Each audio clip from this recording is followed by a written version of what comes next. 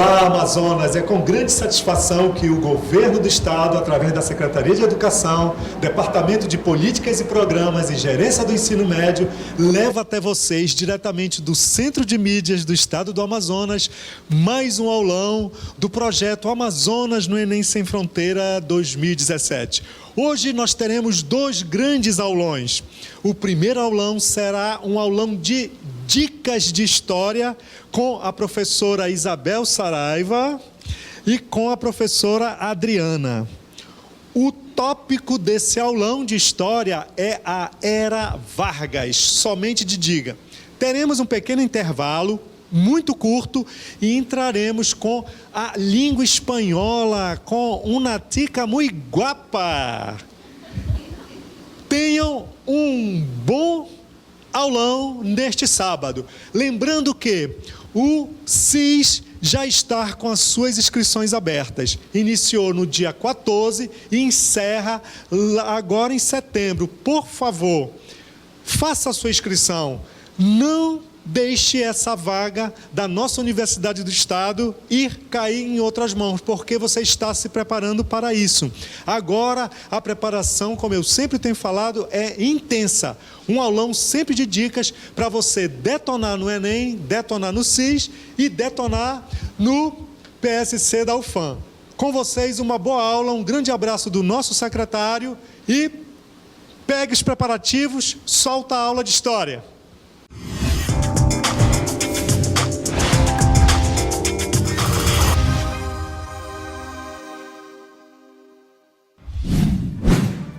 Aula 13. Conteúdo: Era Vargas.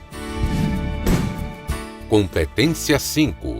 Utilizar os conhecimentos históricos para compreender e valorizar os fundamentos da cidadania e da democracia, favorecendo uma atuação consciente do indivíduo na sociedade. Habilidades: identificar o papel dos meios de comunicação na construção da vida social.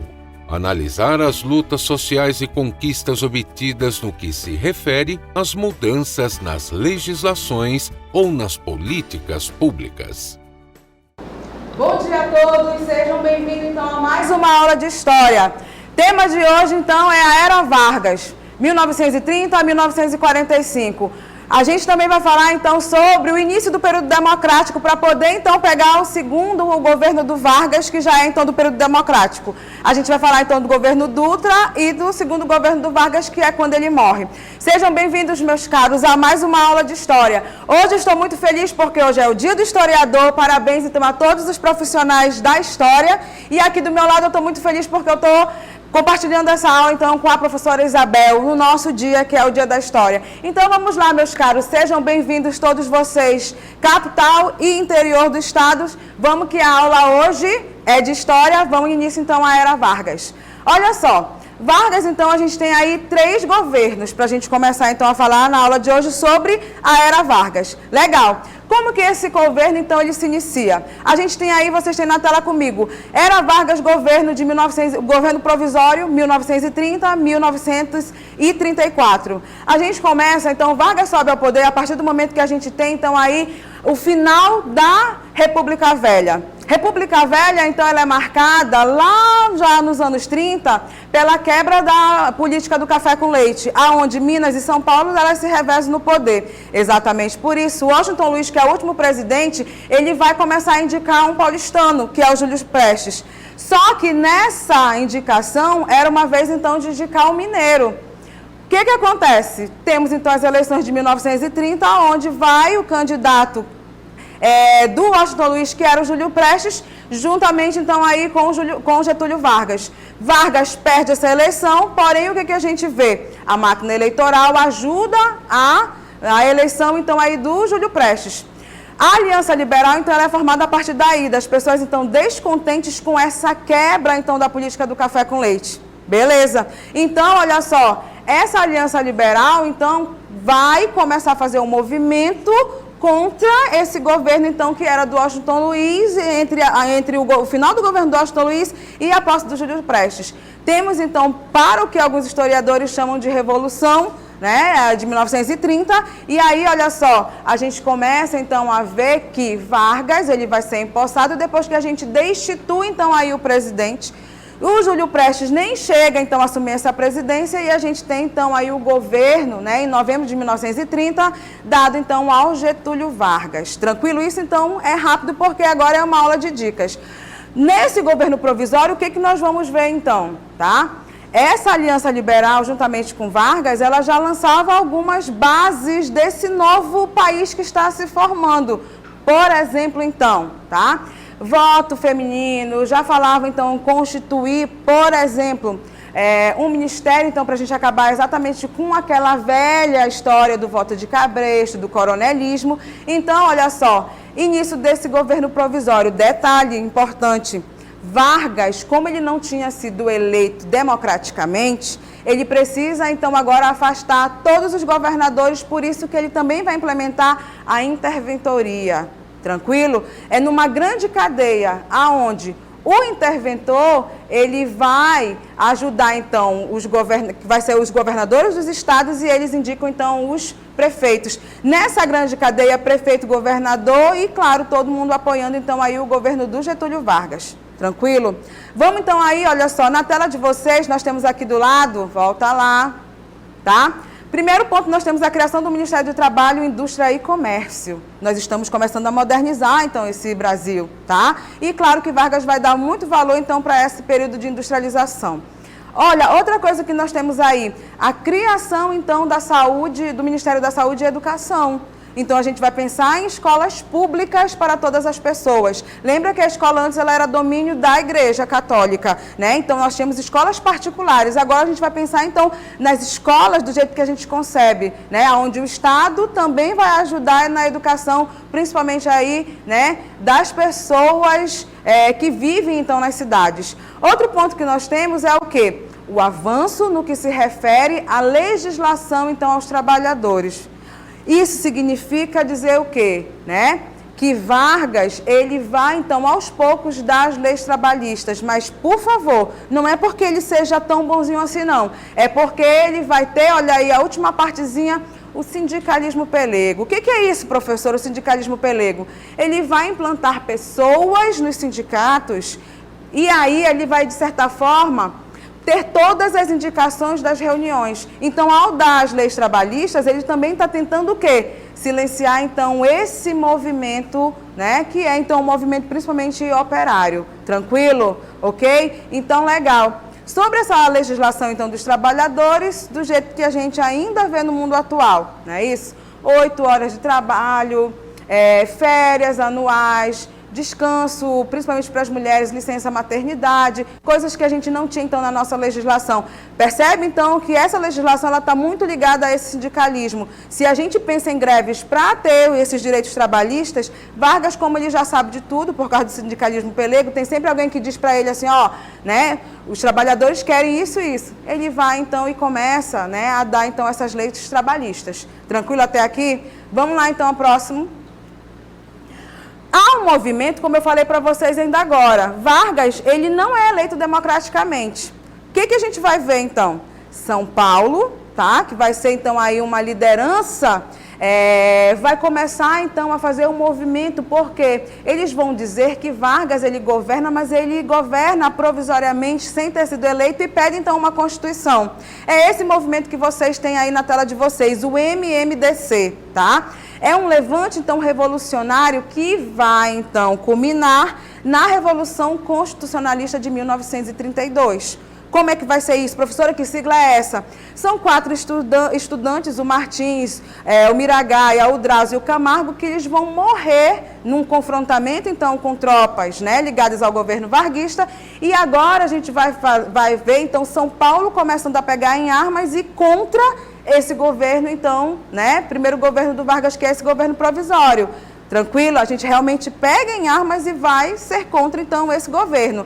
Isso, olha só, essa Revolução de 32, encabeçada principalmente aí pelos paulistanos, vai dar, de certa forma, um trabalho para Vargas. Mas, como ele é o presidente da República, ele vai reunir, então, né, as forças militares e vai sufocar esse movimento, tá? O ponto principal desse movimento constitucionalista pede, então, uma Constituição. perfeito? Tá? Já que com os interventores federais, Vargas, inclusive, anula a antiga Constituição, que é de 1891. Tranquilo? Outro ponto que nós vamos ter também ligado a esse governo provisório é exatamente o Código Eleitoral de 1932. A grande novidade, então, desse Código Eleitoral vai ser exatamente o quê? O voto feminino. Ou seja, as mulheres, elas começam, então, realmente aí a o quê? A votar. Tranquilo? Perfeito? Então, esse é o governo provisório. Vamos, então, agora com a professora Isabel, saber como é que foi esse governo, então, constitucional. Bom dia a todos, eu sou a professora Isabel Saraiva. Vou falar sobre essa parte do governo constitucional. Sei que vocês estão animadíssimos aí no sábado, aprendendo mais sobre a nossa era Vargas. O que vai acontecer? Vargas, pressionado principalmente pelo movimento paulista, que ocorreu em 1932, que a professora Adriana acabou de citar, ele vai promulgar uma nova Constituição para o Brasil, a Constituição de 1934. Uma Constituição que vai garantir os direitos democráticos no nosso país e prever as eleições diretas para presidente da República. Por que Vargas foi pressionado? Todos temiam que ele governasse de maneira ditatorial. Calma que isso vai acontecer daqui a pouco, mas por enquanto Vargas, mesmo que insatisfeito, ele promulga a Constituição de 1934. E esse momento, chamado de governo constitucional, vai até 1937, uma história que a professora Adriana vai contar para vocês daqui a pouco, e fica marcado por dois grupos antagônicos que vão roubar a cena na política nacional. O primeiro grupo que nós vamos citar aqui vai ser a Ação Integralista Brasileira, a A e B, liderada por Plínio Salgado. Eu acho que a gente se antecipou. Vamos dar Vamos voltar um pouco aí nesse nosso texto.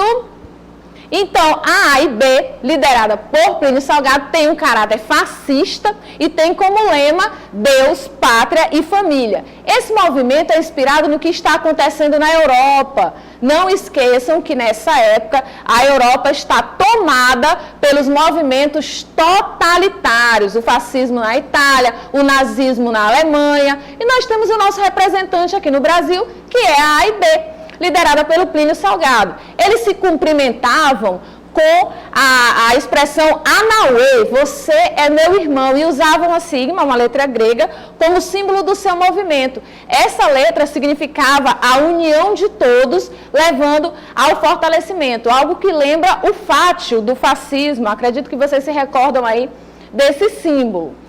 Em contrapartida, já para combater esse movimento de caráter fascista, nós vamos ter a Aliança Nacional Libertadora, que embora tenha sido organizada pelos comunistas, não necessariamente abriga apenas comunistas, mas vários grupos com ideais diferentes que querem combater esses ideais fascistas. Esse movimento vai ser liderado por Luiz Carlos Prestes, que vai receber o apoio de estudantes, operários, parte da classe média e militares de baixa patente. Agora sim nós vamos ver aí um movimento importante, organizado pelos comunistas em novembro de 1935, que vai ser a Intentona Comunista. Uma tentativa desses comunistas de tomarem o governo das mãos de Getúlio Vargas. Getúlio que promulga a Constituição de 1934, uma Constituição que traz uma série de avanços no campo da democracia. Vai, por exemplo, consolidar o direito de voto para as mulheres, vai trazer toda uma organização no sistema eleitoral com o intuito de evitar as fraudes, de evitar o voto de cabresto, mas que não agrada ao nosso presidente da época, o Getúlio Vargas.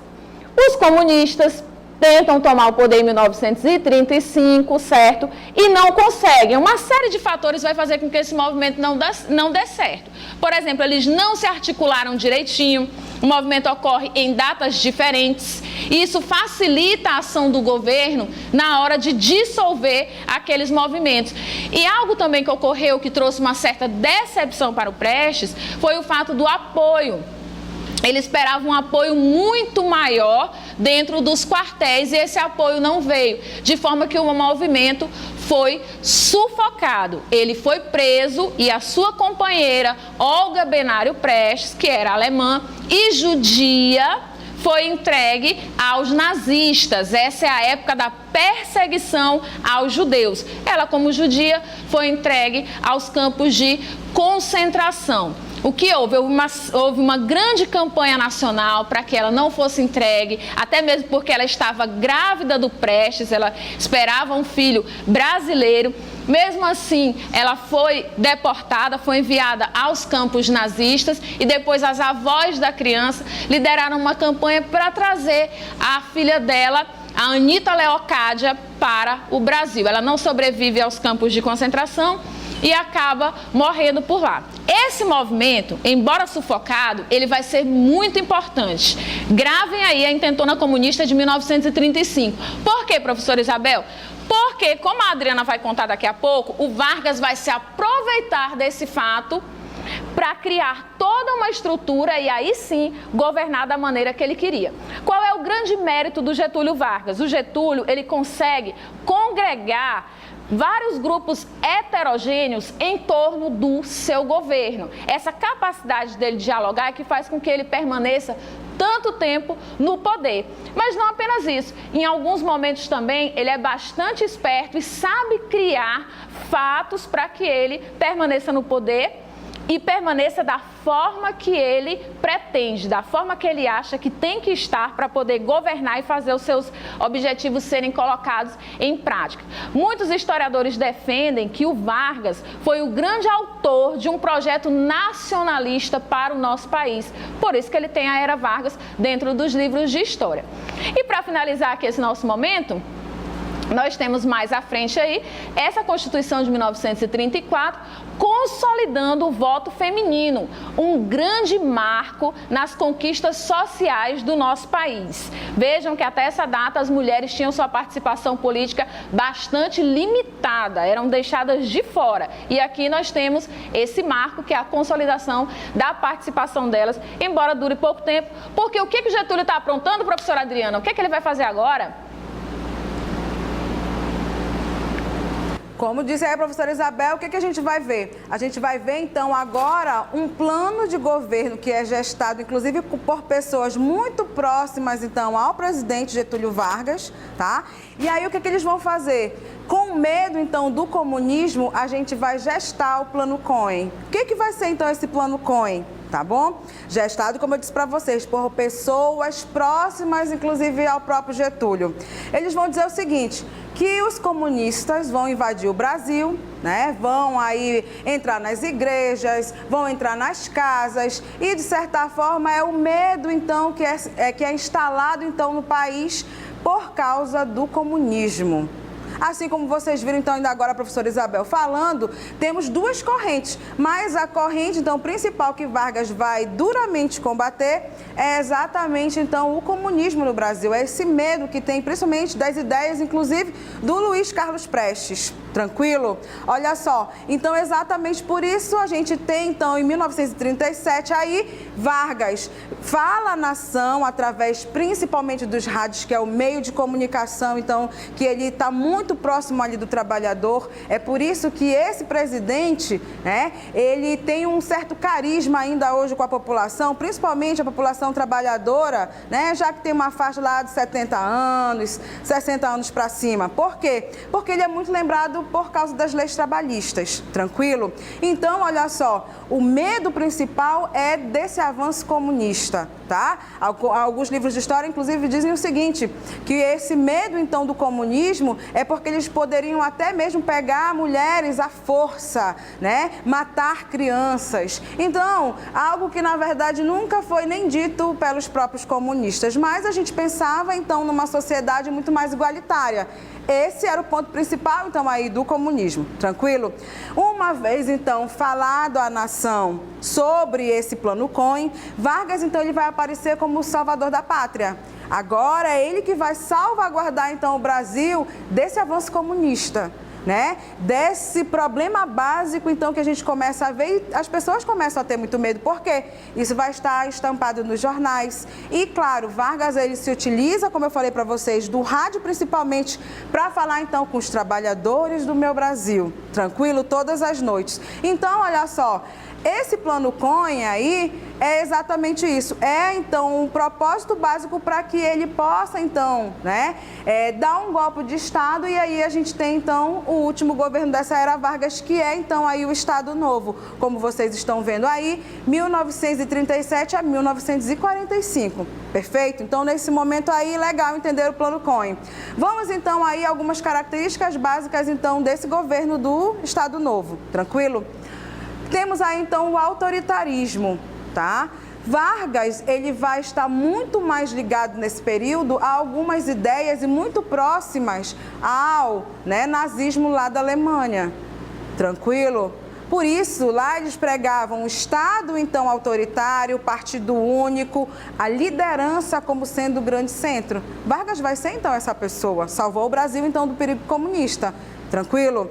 Outro ponto que nós temos aí é o populismo, tá? Que é o quê? As pessoas, principalmente as massas trabalhadoras, as pessoas então que vivem principalmente nas cidades, elas veem então ali naquele presidente a pessoa então como se fosse um pai. É um pai, é um líder popular então que vai estar muito próximo ao trabalhador, às famílias. Então, olha só, é o populismo, né? Tanto que as pessoas, elas têm muito grande, então, esse carisma pelo Vargas. E eles, principalmente os trabalhadores, eles lembram muito bem, então, desse presidente que lhes deu, então, as leis trabalhistas. Perfeito? Tranquilo? Então, olha só, outro ponto que nós temos aí é o quê? É o anticomunismo. Vargas, se ele salva, então, o Brasil daquele plano Cunha, ele lança, então, aí as bases para esse novo governo, que é, então, um governo ditatorial, sim, então uma ditadura varguista. Olha só, a gente vai ver então o nacionalismo. Se a gente vê então isso lá na Itália, no fascismo, a gente também vai ver isso na Alemanha, né? Ou seja, os símbolos das bandeiras e da bandeira do Brasil estampado em tudo quanto é parte. Uma coisa que os políticos ainda de hoje têm muito de Vargas, sabe o que é? As campanhas, meus caros, né? Estampar então a foto do presidente muito próximo então das pessoas, até as jingles também. Isso também começa, isso na verdade é o marketing que é feito então nesse Estado Novo.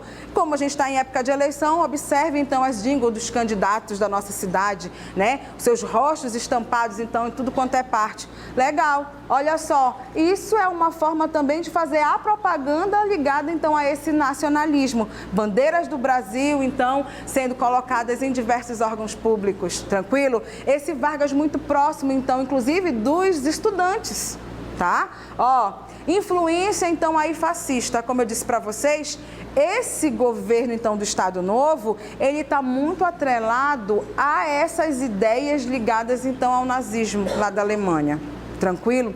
Só que é claro que lá nesse período também de 37 a 45 a gente tem a Segunda Guerra Mundial. Vai haver aí um pequeno estopim que vai fazer com que Vargas, ele feche, então, né, não faça mais, não dê apoio aos comunistas e comece, então, aí a ter influência dos Estados Unidos. Aí eu falo para vocês mais à frente. Vamos lá, então. Nesse período, ele é criado, então, aí o DASP. O que é o DASP? Departamento de Administração e Serviço Público. Legal. Então, agora a gente vai ver um funcionalismo público começando a existir, né? Vargas, uma coisa que é interessante que ele fez desde o governo, então, provisório, é o quê? Defender o que é nacional. Defender, então, as indústrias, principalmente brasileiras, tá? Por isso, então, agora a gente vai cuidar, então, desse Estado, já que esse Estado, então, aí ele precisa ser forte. Ele precisa, então, o quê? Levar essas ideias varguistas para todos os estados brasileiros. Perfeito? Quem é que vai ajudar, então, nessa divulgação? É exatamente aí o último pontinho que nós temos, o DIP. O que significa, então, o DIP? Departamento de Imprensa e Propaganda. Pense, meus caros, era tudo que Vargas queria, né? Seu rosto, então, em cartazes, seu rosto, inclusive, como ainda agora eu falei para vocês, muito próximo aos estudantes. É ele, então, que vai começar a fazer a obrigatoriedade, né, dos estudantes, então, irem estudar nas escolas. Perfeito? Então agora os filhos desses trabalhadores em geral, citadinos principalmente, eles vão então ter acesso a essa educação com professores pagos agora pelo Estado. Isso então aí, né, olha aí, a gente não tem nem 100 anos, né, dessas leis então que Vargas começa a fazer, perfeito? Então olha só, Departamento de Imprensa e Propaganda, outro ponto interessante, censura. Se nós estamos falando do Estado Novo agora, onde a gente tem o Estado, né, ele é forte, ele é autoritário e principalmente centrado nesse populismo, então, da figura do Getúlio, a gente vai ver, então, queridos, censura. Eu não posso falar mal desse governo, eu não posso, por exemplo, né, inclusive nas músicas, no teatro, tá? Falar mal, então, desse líder, né, brasileiro. Tranquilo? Perfeito? Então, esse Departamento de Imprensa e Propaganda, ele vai ser interessante exatamente por causa da censura. Legal? Vamos então aí ao próximo. Olha só. Então, agora eu falei para vocês, então, que se Vargas ele está muito próximo a essas ideias, então, nazistas, tranquilo? Tá? Muito mais ligado à Alemanha, a gente vai ver, então, que há nesse período também a Segunda Guerra Mundial. Dentro, né, desse contexto geral que é, então, o Estado Novo. O que que nós vamos ver? Se Hitler cai na Alemanha, se há agora um movimento contra esse Estado único, essa liderança principal lá na Alemanha, isso também vai influenciar no Brasil. Vai haver, então, um movimento agora contra esse líder que também é Vargas. E como eu disse a vocês, se ele estava muito mais ligado, então, a essas ideias nazistas, com o afundamento que os próprios nazistas vão começar a fazer, porque eles utilizam na Segunda Guerra de submarinos, eles vão começar então a bombardear vários navios. Um desses navios que é bombardeado pelos alemães é o brasileiro. Era tudo então que, teoricamente, Vargas queria para se aliar então aos Estados Unidos na Segunda Guerra Mundial. Beleza? Aí o que acontece? O Brasil, inclusive, entra na Segunda Guerra Mundial ao lado dos Estados Unidos e aí, ó, se cai, então, né, Hitler na Alemanha, agora a gente precisa também, teoricamente, tirar, então, esse presidente, porque não tem mais como, teoricamente, ele ficar no poder. Tranquilo? Mesmo nesse finalzinho aí, por causa da Segunda Guerra Mundial, ele se alia, então, aí aos Estados Unidos. Beleza? Tranquilo? Mas lembra, esse Estado Novo, ele é ditatorial. Tranquilo? Ó, aí a gente tem, então, Vargas sendo destituído do cargo. Por isso tem aí essa parte aí com a renúncia do Vargas em 1945. Na verdade, a gente tem principalmente aí os mineiros lançando o Manifesto dos Mineiros, pedindo então a saída desse presidente. Movimentos ligados também aos estudantes, pedindo agora um período democrático.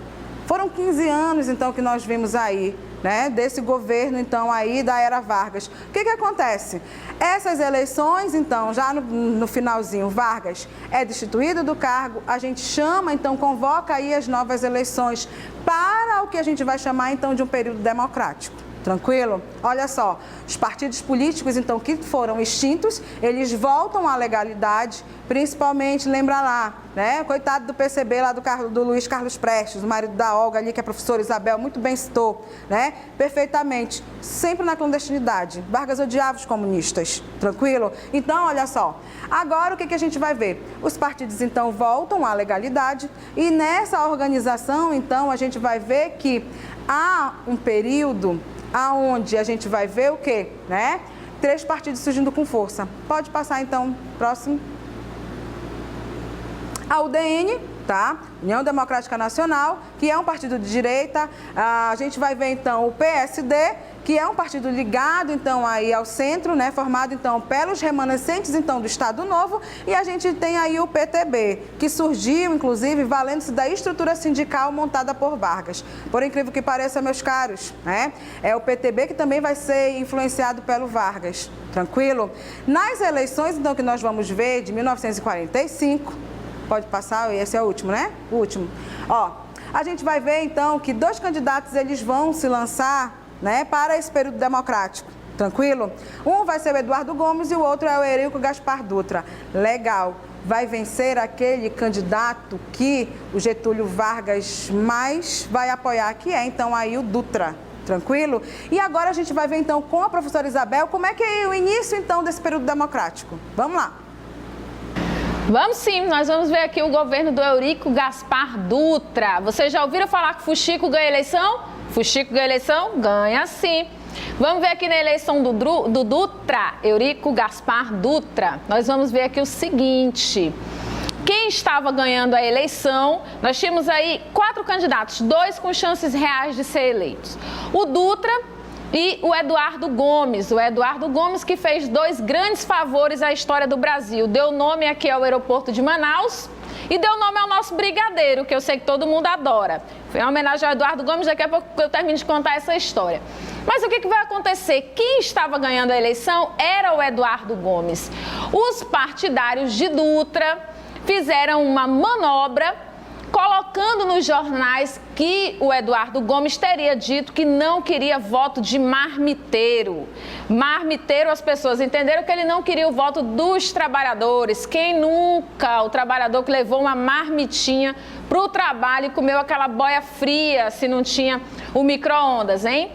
Então, o que vai acontecer? O Eduardo Gomes tinha dito isso? Não, na verdade, ele estava fazendo uma referência àquelas pessoas que votavam encabrestadas. Olha aí, a palavra quase não sai. Aquelas pessoas que votavam forçados, votavam induzidos. Mas os partidários de Dutra fizeram uma manobra e disseram que o Eduardo Gomes não estava interessado no voto dos trabalhadores. Isso causou uma antipatia em torno da figura do Eduardo Gomes, que acabou perdendo a eleição dias antes. E o Dutra chega ao poder.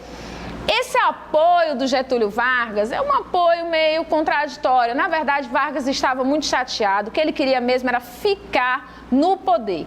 Tanto que nós vamos ver aí o nosso Vargas, dramático como era, esse gremista vascaíno, escreveu 2 vezes a carta suicídio dele, 3, né? Com a que a professora Adriana vai mostrar daqui a pouco. Em 1930 ele disse que se não chegasse ao poder eu vou me matar. E aqui também ele ameaçou se matar, mas acabou não se matando. Ele ficou um tempo ali, escondidinho em São Borja, comendo o churrasco dele, só esperando o desenrolar das coisas. E o que nós vamos assistir agora é o governo do Dutra, que acabou sendo uma grande propaganda a favor do Getúlio, porque o Dutra se tornou um dos governantes mais impopulares da história.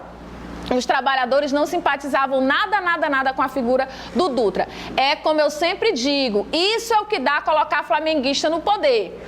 Você tem aí um presidente flamenguista, dá nisso, cara. O que o Dutra vai fazer aqui? Vamos dar uma olhadinha. Ele vai promulgar a Constituição de 1946, importante vocês atentarem para o dado que está ali em cima, 55% dos votos, uma eleição apertada, que ele venceu com aquela manobra que eu contei no início.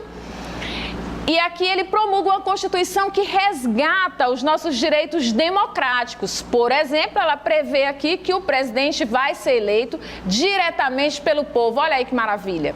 Muito bem, nós já estamos aí. Quantas constituições, galera, é importante vocês terem aí em mente, porque desde 1824, que foi a nossa primeira, nós já tivemos quantas até aqui? Olha só, 1824, 1891, a nossa primeira republicana, 1934, a nossa Constituição ali do Vargas, 1937, a polaca, que era a Constituição do governo ditatorial, e aqui nós já estamos na 5ª Constituição, meus queridos, a Constituição de 1946. E Dutra, diferente do Getúlio, que era nacionalista ao extremo, ele vai adotar uma política liberal, ele vai se alinhar aos Estados Unidos, aquela questão do deixa fazer, deixa passar, nada da intervenção do Estado na economia. E o capital estrangeiro entra com tudo. Aqui nós vamos ver o começo do desenrolar do embate entre os nacionalistas e os entreguistas, que vai acontecer com 100% de força total no segundo governo, o governo democrático de Getúlio Vargas. Mas basicamente os nacionalistas queriam que o nosso Estado tivesse aí o privilégio de exploração dos recursos naturais, que houvesse proteção contra esse capital estrangeiro. E os entreguistas defendiam aí o tal do liberalismo. Esse capital estrangeiro deve entrar, ele deve movimentar a nossa economia, não interessa, o importante é trazer lucro, certo? Vamos continuar vendo aqui pontos importantes do governo de Dutra.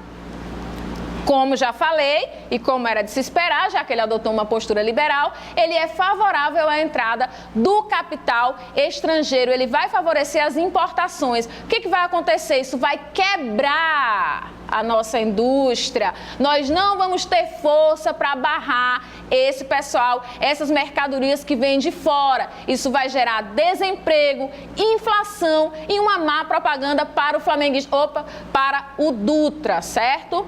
Ele vai iniciar uma campanha anticomunista e, com base nessa campanha, ele rompe relações com a União Soviética. Professora Isabel, por que isso é importante? Porque nós estamos na Guerra Fria, meus queridos. É preciso escolher um lado. Ou você está com os Estados Unidos ou você está com a União Soviética. E o Dutra está com quem? Com os Estados Unidos. Prosseguindo, nós vamos ver aqui a marca registrada do governo dele. Grava bem isso, hein? Pode cair na sua prova. O plano SALT. S de saúde, A de alimentação, T de transporte e E de energia. O L, o professor Aldemir falou que vai dar um carro para quem descobrir o que é o L aí nessa sigla do SALT, tá certo? Tá valendo aí. Mandem aí no chat público. Quem descobrir vai ganhar um carro já já, hein? Nós vamos ter aqui, corroborando o que eu já falei, para ficar bem gravado aí na mente de vocês, o aumento da inflação e do desemprego. E uma marca registrada do governo dele, além da construção da hidrelétrica, cadê a língua?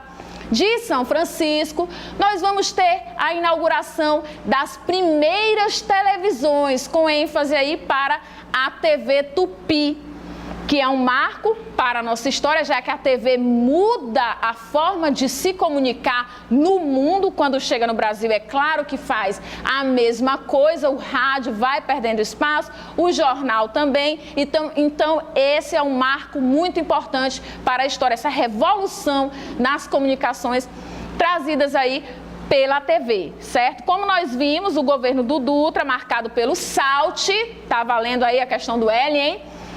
Vai ficar na história como um governo bastante impopular. Vargas vai usar esse governo impopular como propaganda para ele voltar com força total. Então eu finalizo esse momento da aula contando uma história para vocês. Quando Vargas, aqui pelo Rio de Janeiro, que ele começou a simpatizar com o Vasco, deixou até um pouco o Grêmio de lado, ele, saindo do Rio, foi para São Borja. Quando ele chega em São Borja, ele é recebido com uma faixa. Getúlio, em você nós votaremos. Em quem o senhor mandar, nunca mais. Por aí vocês têm uma ideia de como foi esse governo do Eurico Gaspar Dutra. E agora vocês vão saber como é que o Vargas volta nos braços do povo. Não é isso, professora Adriana? É isso mesmo. Vamos lá. Olha só. Como a professora, então, agora falou, a professora Isabel, ela caracterizou muito bem, então, esse início do período democrático, aonde nós vamos ver o quê? Agora, muito mais essa aliança, principalmente na economia, ao lado dos Estados Unidos. Ou seja, né, como ela falou ali, deixe fazer, deixe passar. Então, olha só, que é lema, né, principalmente desse mundo capitalista. O que acontece, então, agora? Vargas, ele volta muito bem eleito, agora nesse período democrático, pelo voto, então, da população. É o grande período democrático. Tranquilo? Olha só, mas também ao mesmo tempo que ele vem feliz por ter ganhado, ele ainda está um pouco chateado, porque ele queria os votos muito mais além daqueles que o Dutra pegou quando foi eleito. Tranquilo? Mas tudo bem, ele é então o novo presidente eleito. Tranquilo? Então a gente tem esse início desse período democrático agora ligado ao governo varguista. Olha só. Ponto interessante que a gente tem aí a intervenção, então, do Estado na economia. Há uma tentativa de um retorno de uma velha política. Gente, essa vai ser a grande pedra no sapato aí desse governo varguista. Por quê? Se Dutra abriu, então, para esse capital internacional entrar, principalmente aí ligado aos Estados Unidos, voltar a uma velha política lá da era do Vargas, opa, problemas. Quem é que gosta de dinheiro, meus caros? Os empresários, né? Os comerciantes. Grandes comerciantes. Deu para entender? O que acontece? Se agora eu tento retornar a essa política, a essa economia que era feito antes, lá na era Vargas, a gente vai dar de encontro agora com, né, a mentalidade, com o poder, na verdade, econômico que esses empresários já têm no Brasil por causa desse governo do Dutra. Deu para entender? Problemas, que vai resultar em quê? Na morte do Vargas. Olha só. Né? Então, outro ponto que a gente vai ver aí, o anúncio do plano quinquenal, né, que destinava US$1 bilhão a investimentos na indústria de base, transporte e energia. Olha só que legal. O que a gente vai ver então aí, né? Lembra lá as indústrias de base, ferro, aço, tudo a gente constrói. A gente começa, então, esse Brasil, ele modernizou-se, tranquilo? Através da industrialização, eu preciso melhorar os portos, eu preciso melhorar, inclusive, principalmente aí as principais cidades, Rio, São Paulo, deu para entender? Para poder escoar, então, a produção dessa industrialização, beleza? Por isso, esse plano ele é importante. A gente vai, então, modernizar o Brasil, perfeito? Ó, a gente tem, inclusive, olha só, já que Vargas agora, ele vai, querendo voltar a uma velha política, não podendo, a gente vai ter que agradar de vez em quando, né, esses empresários, beleza? Como que a gente vai fazer isso? A gente vai criar o BNDE, que é o Banco Nacional de Desenvolvimento, aonde esses empresários ou os pequenos empresários, eles podem, inclusive, contrair empréstimos para colocar, então, lá nas suas empresas, nas suas indústrias. Problema básico no Brasil, meus caros, né? Se essa Operação Lava Jato pudesse chegar lá nesse governo varguista, ia ver que muitos dos empresários, eles realmente foram ao governo, contraíram empréstimos e as indústrias foram fantasmas. Olha só, né? Um tiro no pé aí. Mas tudo bem, eu preciso, então, conversar com esses empresários. Legal? Então, olha só, eu faço investimento, eu concedo empréstimos. Esse é o grande ponto aí do BNDE, tá? Ó, a gente vai ver então que esse governo aos poucos ele vai retornar, mesmo, né, se esbarrando aí com esse empresariado, na intervenção então aí mais enfática do governo na economia, como era antes, né? As empresas tinham que ser nacionais, pelo menos 50% do seu capital. E como eu falei para vocês, aí é um peia que acontece nesse segundo governo varguista. Mas ele tenta voltar, né? Tentativa, então, de retorno a uma velha política, tá? Ó, volta lá rapidinho naquele lá. Falo rapidinho. Ó, a gente vai ver, passou, próximo, tá? Outro ponto que a gente vai ver, mesmo que rapidamente, tá? Ó, Vargas também, outro ponto de problemas, é a questão do petróleo. Vargas vai criar aí a Petrobras, tranquilo? Que é, então, aí, olha só, o slogan, o petróleo é nosso, tá? O que ele vai fazer com isso, criando a Petrobras? Ele esbarrou, então, no capitalismo, principalmente dos Estados Unidos. Quem é que está interessado se a Petrobras quebrar no mundo atual? Estados Unidos, meus caros. Já estão de olho no pré-sal, já pegaram um pouquinho, agora eles querem a nossa Petrobras.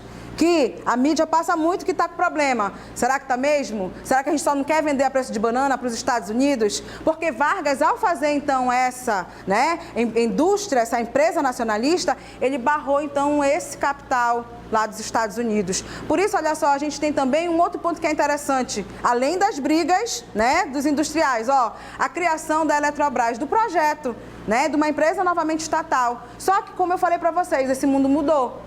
Tranquilo? Vamos lá, o próximo. Ó, a gente vai ver então que aos poucos nessa disputa entre nacionalistas e entreguistas, que é muito mais ligado então aí aos Estados Unidos, né? A gente cria então a Petrobras em 1953, tá? Que é uma empresa estatal de extração de petróleo, refino e transporte do petróleo que é brasileiro. Foi um tapa na cara aí, principalmente aí das grandes indústrias, Shell, Texaco, que atuavam no Brasil, empresas ligadas aos Estados Unidos que queriam porque queriam então tudo do nosso petróleo, desde a perfuração dos poços até mesmo então a distribuição. Então fiquem atentos, pode ver, né? Pode ser que tenha aí, né, alguma questão que vá fazer uma contraposição entre a criação da Petrobras lá em 53 e essa crise que é passada então pela mídia. Cuidado, não acreditem em tudo, né? Que principalmente a Rede Globo fala. Ó, a gente vai ver então alguns protestos contra a caristia. O tempo mudou. Eu preciso me aliar então a esses empresários que ficaram pé da vida com Vargas. Sabe por quê? Porque ele começou a querer barrar também a remessa de lucros que antes ficava no Brasil. Mas agora eu preciso mandar, né, para as multinacionais que a sede ficava fora do Brasil. Pode passar então o próximo. Trabalhadores, eles estavam insatisfeitos, né? Por quê? Porque não tinha aumento salarial há muito tempo, tá? Exatamente para isso, o Vargas, então, ele vai colocar o João Goulart, tá? Para o Ministério do Trabalho. O João Goulart, ele vai fazer um levantamento e vai dizer, tem que dar um aumento de 100% então para esse trabalhador. Pode passar aí o próximo. O que acontece então? Ele faz o documento, dá para o Vargas, só que nessa briga com o empresariado, ele não consegue dar esse aumento de 100%. Coitado então aí do João Goulart, sobrou para ele. Ele faz o estudo, diz que tem que ser isso e é mandado embora. Numa briga eterna então que a gente vai ver entre Vargas, né, e esses grandes empresários. Olha só, tá? Desde então essa campanha, o próximo tópicozinho aí, Vargas, ele vai começar a se esforçar para acabar essa imagem de ditador, né, ligado então principalmente ao Estado Novo. A gente vai ver então que vai haver uma conspiração, pensa a UDN, a União Democrática Nacional, principalmente encabeçada aí pelo Carlos Lacerda, tá? Que era jornalista e falava todo dia no jornal. Por isso que eu digo para vocês, cuidado com a mídia. Vargas tem problemas, Vargas mudou, então, Brasil com crise e etc. O que acontece, né?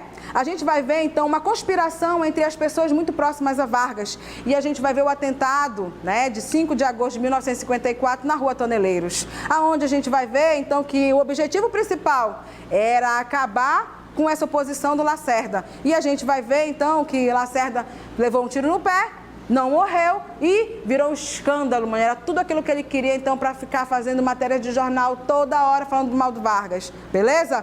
Olha só, os jornais do Estado de São Paulo e Globo, o jornal Globo, tá? Aproveitaram-se para começar, então, a fazer um fuzuê doido, falando mal do Vargas, falando agora que ele queria voltar àquela velha política, que não dava mais, né? Falando, então, que agora esse negócio de ser muito nacionalista não dava certo, tinha que ser entreguista, beleza? Aí, olha só, pode passar, então, para o próximo, tá? Dizia-se também no jornal que agora esse governo ele estava envolto, então, aí no mar de lamas, tá? E aí, coitado do Vargas, gente, próximo dia 24, né, de agosto, é o dia, então, que a gente, infelizmente, comemora aí a morte do presidente, tá? Vargas, ele não aguenta muita coisa. A imprensa dando pé nele, ele brigando com os empresários. Antes de morrer, sabe o que ele vai fazer? Para, então, brigar de vez aí com o empresário, ele dá o aumento de 100%. Pensa, maninho, agora sim. É por isso que a carta testamento dele é muito linda, né? Por quê? Porque ele vai exatamente, então, dar os 100% do trabalhador e o empresariado vai ter que dar o jeito de pagar. Aí, olha só, 24 de agosto de 1954, né? Eis que o presidente, então, ele sai da vida, né? E entra para a história. Por quê? Porque ele não aguenta as pressões. Vargas dá um golpe com essa morte dele, né? Por quê? Porque, olha só, as conspirações, criou, né, projeto da Eletrobras, criou a Petrobras, tapa nos Estados Unidos, brigou com os empresários, né? Então, a gente tem aí, olha só, uma população carente chorando a morte do Vargas. Dia 24, então, lembra lá, né, na próxima semana, Vargas, então, morreu. Suicidou-se, foi morto. Essa é a grande disputa também ainda entre os historiadores. Porque quando a polícia chega lá, está tudo modificado, então, né? No local onde ele cometeu suicídio ou foi morto, tá?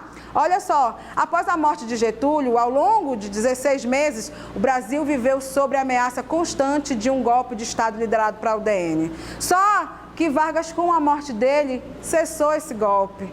Porque a população ela vai atrás de quem matou. Aí a carta testamento ela é muito linda. Eu acho que a gente não vai ter a carta testamento. Era pra gente ter colocado, né? Lutei contra a espoliação. Ele vai então ser o Marte. Meu povo, período democrático até 64, ele é marcado então por essa memória então getulista, né? Então não te esquece, dia 24 de agosto, tá? Dia aí, então, da morte do Vargas, saiu da vida e entrou para a história, né? Então, olha só, e calou, coitado. da UDN, né? Calou a UDN, grande oposição. Aí o próprio Carlos Lacerda, que teve que cuidar aí um pouco da vida, colocar os seguranças próximos a ele, porque a população trabalhadora chorou a morte de Vargas. Ai, que triste. Dia 24, então, aí a gente tem, né, mais uma data aí de comemoração da morte do GG, tá? E olha só, tranquilo? A aula de hoje foi boa? Eu e Isabel, então, a gente arrebentou aí, falando, então, dos 5 governos. Missão dada, missão cumprida. Vamos agora à interatividade. Participem, mandem aí as suas questões. Perfeito? Vamos lá, então.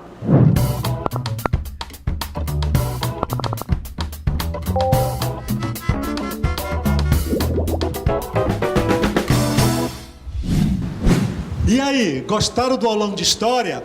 Não saia daí, temos mais. Mas olha só, nós estamos hoje com plateia, o aulão tem plateia, com os alunos da coordenadoria 7, da professora Clene.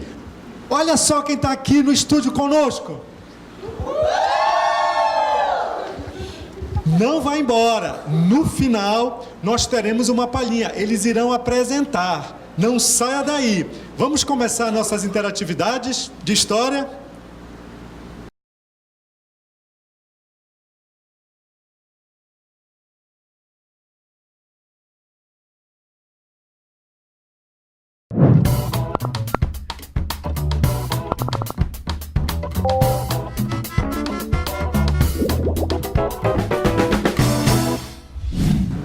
Estamos de volta, então, agora com a nossa interatividade, queridos. Vamos lá participar, tá? Ó, chamada, então, agora para Tonantins. Vamos lá participar. Mandem aí suas perguntas, seus questionamentos.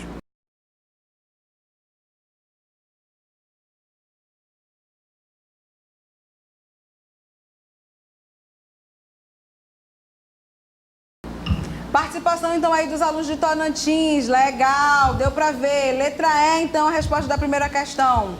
Estamos juntos, parabéns. Vamos lá, então. Agora, a pergunta da minha amiga aqui do estúdio. Bom, qual a classe participaram ou fazia parte da Aliança Liberal? Olha só, faziam parte, então, da Aliança Liberal, principalmente aí Minas Gerais, que estava descontente, então, com a indicação, né, do Júlio Prestes, já que tinha que ser um mineiro nessa aliança, então, da política do café com leite, e, claro, aí o povo, então, aí ligado aos gaúchos, né, já que Vargas, então, ele vem exatamente também lá de São Borja, beleza? Então, os dois, na verdade, começam a dominar essa aliança liberal, sendo ajudados por outros estados menores, mas, principalmente, então, aí, tá? Minas e povo gaúcho. Tranquilo? Beleza? É isso.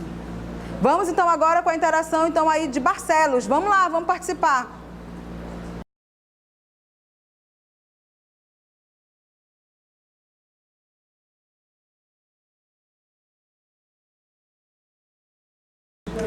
Queridos, agradeço então a interatividade, principalmente a participação de Tonantins e de Barcelos.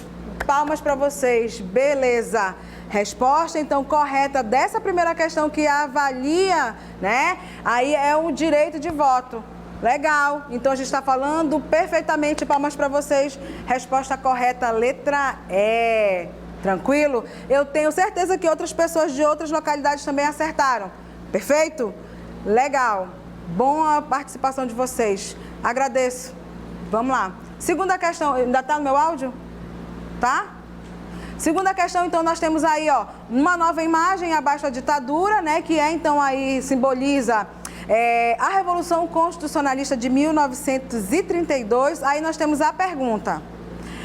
Elaborado pelos partidos da Revolução Constitucionalista de 1932, o cartaz apresentado pretendia mobilizar a população paulista contra o governo federal. Essa mobilização utilizou-se de uma referência histórica, associando o processo revolucionário, né? Então, a gente está associando o processo revolucionário a quê? A experiência francesa, expressa no chamado A Luta contra a Ditadura. B, aos ideais republicanos indicados no destaque à bandeira paulista. Letra C, ao protagonismo das Forças Armadas representado pelo militar que impunha a bandeira.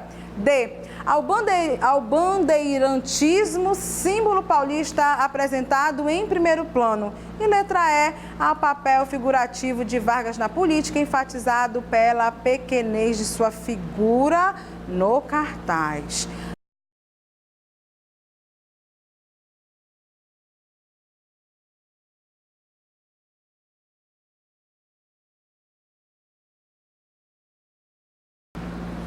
Vamos então à participação de Nova Olinda do Norte. Vamos lá, alunos? Vamos lá? Podem mandar aí as respostas da segunda questão.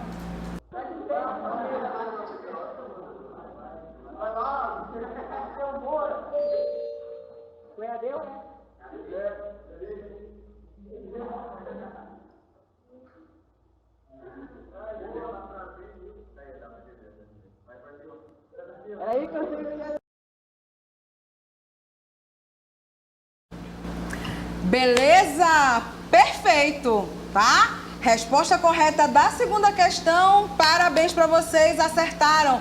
Letra D. Muito bom. Valeu, viu?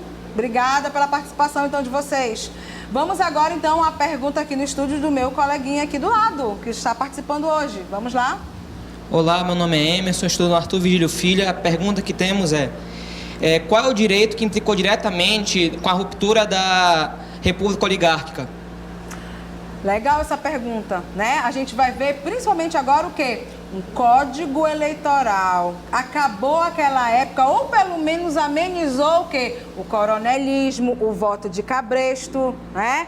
A mulher também, a partir do código eleitoral, a gente vai ver então que ela começa também a votar. Então, é o que aos poucos a gente vai ver então mudanças, mesmo porque Vargas percebeu que na eleição, inclusive que ele participou e que perdeu, a máquina pública, ou seja, o Estado, ele ajudou então nessa candidatura, né, do Júlio Prestes, tá? Então, isso significa o quê? Agora, com o Código Eleitoral, a gente tenta barrar então aí, né, aquilo que era muito latente então, que era o coronelismo e o voto de cabresto. Tranquilo? Beleza? É isso aí. Vamos lá então, olha só, a gente vai ler então a nossa terceira e última questão, a aula está acabando, vamos participar, meu povo? A gente tem aí Enem 2016, uma música, Aquarela do Brasil, né? Olha, eu não vou cantar hoje não, tá? Só o início, né? Olha aí, Brasil brasileiro, meu mulato isoneiro, vou cantar-te nos meus versos. Ó, o Brasil samba que dá, bamboleio que faz gingar, o Brasil do meu amor, né? Aí, ó. Muito usual, então, aí no Estado Novo, passa, tá? De Vargas. A composição do Ari Barroso, ela é um exemplo típico de, tá? Vamos lá, pensem aí.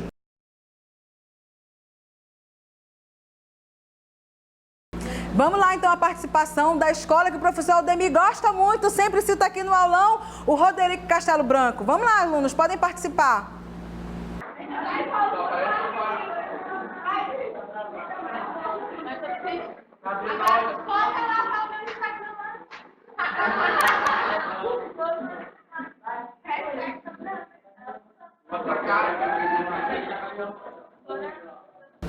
Obrigada então pela participação aí da escola. Vamos agora, vou já responder para vocês, calma aí. Vamos então aí a participação da minha amiga aqui do lado, que está participando aqui ao vivo comigo. Por favor, pode fazer sua pergunta. Olá, eu sou a Bruna Li, sou da Escola Estadual Inspetora do Cineia e eu gostaria de saber o que foi o movimento queremista. Legal, amiga. O que foi então esse movimento queremista? Eu ia até fazer um cartaz para vocês. Queremos Getúlio, queremos Getúlio. No final de 1945, quando Vargas ele é deposto, no final do Estado Novo, é óbvio que ele vai fazer um outro movimento, meus caros, para poder ficar, né, para poder então ficar na presidência da República. Esse movimento é exatamente o queremismo. E as pessoas, principalmente a população que ama Vargas, gente trabalhadora ainda hoje, né? Ama aquele presidente que nos deu as leis trabalhistas e que, infelizmente, nesse mundo de 2017, nós estamos perdendo aos poucos com esse governo do Temer. Mas Getúlio não. Getúlio é adorado, então, pelas pessoas. E era exatamente isso. As pessoas, os operários, as pessoas que moravam na cidade, principalmente, faziam movimentos. É como se fosse uma grande manifestação. Queremos Getúlio, com cartazes, com as imagens, então, aí, desse presidente. Mas, infelizmente, foi um movimento que existiu, então, no final de 1945 e que, infelizmente, não deu a continuidade a Vargas, porque a gente viu com a professora Isabel, né, o período democrático com o Dutra, tranquilo, e Vargas voltando depois, eleito pelo voto direto, então, da população. Amiga, adorei tua pergunta, valeu, né, queremos Getúlio, legal, muito bom. Ó, e respondendo, então, lá, não, vamos à participação, então, de um novo ponto, que é, então, Tocantins. Participa aí, vamos lá.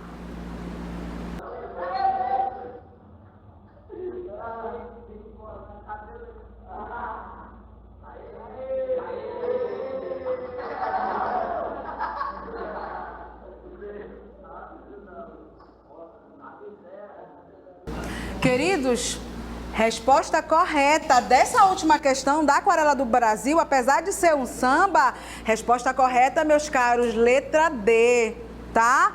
Olha só, agradeço a participação de vocês, parabéns aos historiadores, hoje é o nosso dia, tá? Amamos a história, é exatamente por isso que a gente, então, dá ótimas aulas aí por todo o estado do Amazonas. E agora, fiquem com os nossos coleguinhas aqui que vão cantar pra gente, ó. Obrigada a todos, Tocantins, a participação de todos vocês. Espero que vocês tenham gostado, gente. Até o nosso próximo aulão de história.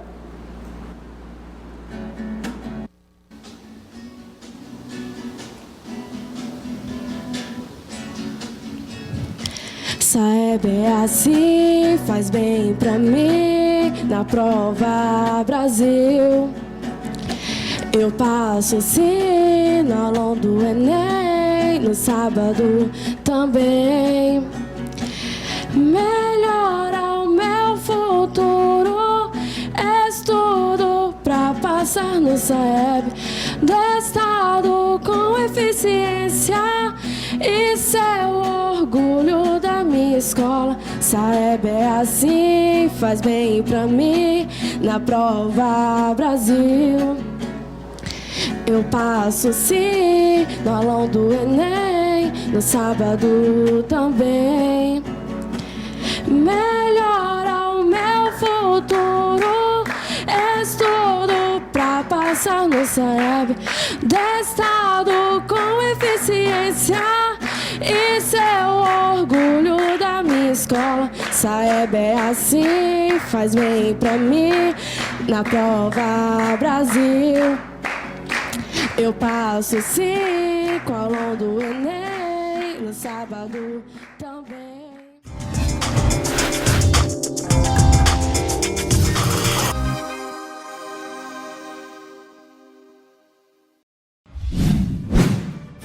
Aula 13. Conteúdo, compreensão e interpretação.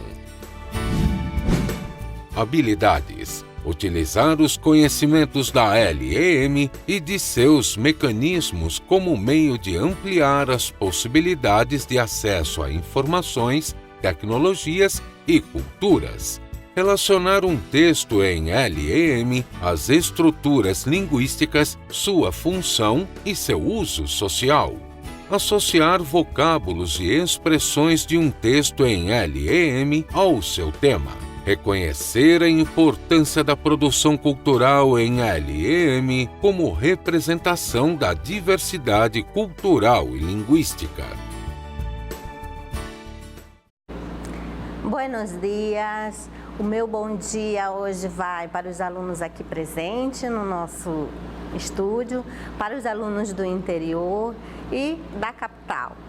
Sou a professora Kalene, nós vamos trabalhar língua espanhola, tá? Com algumas dicas e, logicamente, com os textos, que é o que cai no Enem. Eu espero que vocês aproveitem ao máximo esse momento, tá? Tirem as dúvidas de vocês e que a gente possa ter uma excelente aula, porque eu sempre falo, gente, que aula de espanhol é um show. 50% meu e 50% de vocês. Então, vamos interagir, que é para a gente realmente alcançar os nossos objetivos. Primeiro, vamos nos perguntar como é a prova de espanhol, a prova do Enem para o espanhol. Bem, o enunciado é em português, os textos são em espanhol, diferentes gêneros, tá? E o número de questões são 5. Mas aí a gente se pergunta, o que a prova avalia? No Enem, o caráter funcional da língua espanhola é avaliado pela competência do aluno em conhecer e usar a língua como instrumento de acesso a informações e a outras pessoas e culturas. Vai além de simplesmente decifrar mensagens, tem que ter sentido. Então, gente, não adianta a gente só conhecer as palavras, a gente tem que entender a mensagem que o texto vai passar, tá? Entender de que se trata o texto. Como ele é muito parecido com o português, eu acredito que vocês não terão muita dificuldade, a não ser com os falsos cognatos, mas a gente vai tentar passar para vocês isso aqui hoje. Bem, vamos às dicas então de como realizar uma boa prova em espanhol? Apesar do conteúdo de espanhol cobrado pelo Enem seja basicamente interpretação de texto, algumas pegadinhas podem estar presentes nos textos e os mais desavisados podem ser pegos de surpresa. Para que vocês não tenham esse tipo de problema no momento das provas, aqui vão algumas dicas. Vamos lá, gente, as dicas. Conteúdo das questões. Temas e discussões atuais são bem explorados nessas provas. Por isso, estar atento aos acontecimentos do país e do mundo pode ajudar a fazer uma boa prova no Enem, né? Foque nos jornais, revistas, redes sociais. Aproveitem, gente, para ficar bem inteirado dos acontecimentos desse ano, né? Usem as redes sociais, não apenas para ficar mandando mensagem, brincando com os colegas. Usem as redes sociais a favor de vocês, porque se vocês fizerem isso, com certeza vocês vão ter mais conhecimento de mundo e, logicamente, vocês terão muito mais habilidades para se sair bem na prova. Outra dica: maneiras para estudar. Em espanhol, não há um conteúdo específico a ser estudado para fazer os exames de espanhol do Enem. A recomendação geral é refazer as provas dos anos anteriores, que a gente vai tentar fazer aqui, assistir a filmes e ler livros neste idioma. É uma boa ideia adquirir cultura geral e fluência, não esquecendo de procurar as palavras desconhecidas no dicionário e, ao final, construir o seu próprio glossário. Gente, se vocês tiverem oportunidades de acessar textos em espanhol, as palavras que vocês não sabem o significado, vocês procurem anotar assim no rodapé do texto. Mas, logicamente, que no dia da prova vocês não vão poder fazer a tradução do texto.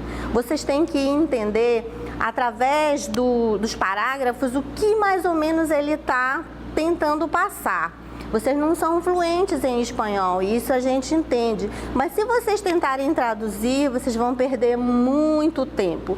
Então, lê o primeiro parágrafo, anota do ladinho a ideia. Lê o segundo parágrafo, anota a informação que ele está passando. Porque normalmente um texto é assim. Ele quer passar a ideia, quer que você entenda. Então, você já vai, para não perder muito tempo, focando as ideias principais do texto, porque se você entender o que o texto quer passar, com certeza você vai fazer uma boa prova. Vamos lá para as maneiras de estudar para se fazer uma boa prova no Enem? Maneiras para estudar. Não há um conteúdo específico a ser estudado para fazer as provas, os exames de espanhol do Enem. A recomendação geral é refazer prova dos anos anteriores. Existem muitas provas de Enem passados que vocês podem baixar ou tentar estudar e tentar adquirir o máximo o vocabulário possível, para que vocês assim se habituem à língua, né? Tenham assim um contato maior. Assistam a filmes e leiam livros nesse idioma. É uma boa ideia adquirir cultura geral e fluência, não esquecendo de procurar as palavras desconhecidas no dicionário e, ao final, construir o seu próprio glossário. Quando eu falo nesse glossário, a gente se preocupa muito com os heterossemânticos, né? Os heterossemânticos são aquelas palavrinhas, né, que são parecidos na pronúncia, são parecidos às vezes na escrita, né? Mas tem um significado completamente diferente. Vamos aí. Os heterossemânticos, também conhecidos como falsos cognatos ou falsos amigos, são os maiores responsáveis pelas confusões entre o português e o espanhol. Palavras como esquisito, embaraçada, cachorro ou borracha, que nos parecem de significado tão óbvio, podem surpreender aos que não as conhecem. Daqui a pouquinho a gente vai conferir os significados de algumas delas. Vamos lá com os heterossemânticos? Os heterossemânticos são palavras que têm a mesma grafia ou a mesma pronúncia em espanhol, mas com significados completamente diferentes. Também são conhecidos como falsos amigos ou falsos cognatos. Eu fiz 3 ou 4 tabelinhas de heterossemânticos e eu acredito que vai ficar bem fácil a gente entender. Se por um acaso vocês tiverem alguma dúvida, na hora de a gente interagir, vocês, por favor, perguntem. Nós temos aí uma tabelinha dos heterossemânticos, ou os falsos amigos, ou os falsos cognatos, como queiram. Então, nós temos a palavrinha acordar em espanhol, tá, gente? Acordar, o seu significado é lembrar. Só que a gente tem que ter muito cuidado, porque acordar em espanhol é o quê? Abrir os olhos, né? Despertar de um sono, sair do sono. Então, a gente não pode confundir. Acordar não tem o mesmo significado em espanhol. Acordar significa lembrar. Vamos a um exemplo. Ui, me acordei que hoje tinha que trabalhar. Tá? Então, acordar não tem o sentido de sair do sono, tem o sentido de lembrar. Pegar. Pegar, em espanhol, significa colar, grudar. Você não pode confundir com a palavra segurar ou buscar em português. Normalmente, em português, a gente diz, pega aí alguma coisa para mim, né? Pega alguém, né? Pega o fulano que está correndo. Em espanhol, não. Pegar é colar e grudar. Pega este cartel em la parede, ou seja, cola esse papel na parede. Então, a gente tem que estar atento para esses detalhes. Pesado. A gente sabe que pesado aqui, né, significa uma pessoa que está fora do peso, né? Mas em espanhol o significado é ser uma pessoa chata. Eu posso dizer, por exemplo, que a professora Adriana, que acabou de dar uma aula de história aqui, que Adriana é uma pessoa pesada. Eu estou dizendo que ela está fora do peso, que ela é gorda? De jeito nenhum. Eu estou dizendo que ela é uma pessoa chata, embora ela não seja, ela é uma pessoa maravilhosa. Então, gente, pesado é uma pessoa chata, a gente não pode confundir com uma pessoa que está acima do peso ou com uma pessoa gorda. Largo. Gente, essa palavra confunde muito, muito. Por quê? Porque largo em espanhol significa comprido, longo. Eu, apesar de não ter os meus cabelos longos nem compridos, significa isso. E não como uma grande extensão transversal. Agora, isso aqui complica um pouquinho, porque largo, o nosso significado em espanhol, significa ancho. Então, largo é comprido ou longo, e em espanhol a palavra largo significa ancho, tá? Tem o mesmo significado. Tudo bem até aí? Vamos a mais uma lâmina para a gente aprender um pouquinho mais. A pedido. A pedido, gente, em espanhol significa sobrenome. A gente não pode se confundir com o nosso apelido aqui. Eu lembro que uma vez, é uma piadinha, tá? A gente estava num avião indo para um determinado país, né, de língua espanhola. Aí deram uma fichinha pra gente preencher, né? Aí, a pedido eu preenchi, normal. Aí uma amiga minha olhou assim pra mim e disse: "Ei, Kalene, por que eles querem saber meu apelido? Isso é tão íntimo. Só quem sabe que eu sou Lili sou eu, não interessa mais pra ninguém." Aí, como eu sou muito brincalhona, a pedido é o sobrenome, tu tem que colocar o teu sobrenome aí. Quer dizer, então são situações que às vezes nos levam a cometer gafes, tá? A achar que o significado da palavra é o mesmo que em português. Por isso que a gente chama de falsos amigos ou falsos cognatos, tá? Mas são palavrinhas que a gente acha que já sabe e acaba confundindo e cometendo uma gafe ou um erro na hora da prova. Vamos continuar, então? Assinatura. Quem ouve a palavra assinatura vai pensar: ui, ele quer a minha assinatura. Mas não é, gente. A assinatura é disciplina ou uma matéria que a gente está fazendo na escola. Na assinatura de inglês, assinatura de história, assinatura de matemática, tá? Então não tem nada a ver com a assinatura, ou seja, pedir que a gente assine um determinado documento. Outra palavrinha interessante, jubilado. Jubilado em espanhol significa aposentado. Não é aquela pessoa que fez 10 anos na faculdade e foi jubilada porque não compareceu mais ao curso. Ele não foi expulso por não cumprir os requisitos. Jubilado, então, é aposentado e não alguém que foi convidado a se retirar por não cumprir os requisitos, tá?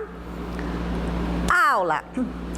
Aula, gente, em espanhol significa sala de aula, o ambiente. Por exemplo, a gente está num estúdio, mas aqui é o nosso ambiente de sala de aula, tá? Não é para confundir com o ato de dar aula, porque o ato de dar aula em espanhol é dar classes, tá? Então são palavrinhas assim que acabam confundindo e prejudicando o nosso desempenho na hora de uma prova. Próxima palavrinha é película, que significa filme. Hoy voy a ver una película. Então, hoje eu vou ver um filme. E não é para confundir com aquela membrana, né, muito fina que a gente põe, por exemplo, na capa do celular, né, aquela película, aquele filmezinho, tá bom? Vamos lá para mais exemplos? Nós temos a palavra berro. Berro não é você chegar e dar um grito. Ah, de jeito nenhum. Berro é agrião. Então a gente não pode confundir com um grito. Se alguém chegar e perguntar, ou se vocês forem, alguém pedir de vocês, dá-me um berro, não significa que tu tem que gritar com a pessoa. Ele quer o agrião, que é um temperinho, tá bom, gente? Outra palavrinha, borracha. Quem lê, que não vai ouvir a pronúncia, borracha, vai logo pensar que a pessoa quer uma borrachinha para apagar alguma coisa. Mas não, borracha significa bêbada. Então, quando eu digo a Adriana, nossa colega que acabou de sair daqui, eu posso dizer: Adriana é una borracha, porque ela é muito alegre, né? Eu posso dizer: Adriana é una borracha. Mas não é. Gente, esses exemplos com a professora Adriana é só uma brincadeirinha, tá? Nada a ver, adoro, é uma pessoa maravilhosa. Então, por favor, borracha é bêbada, não confundir com aquele objetinho que a gente usa muito em sala de aula para apagar alguma coisa que a gente fez errada. Tudo bem? Vamos continuar?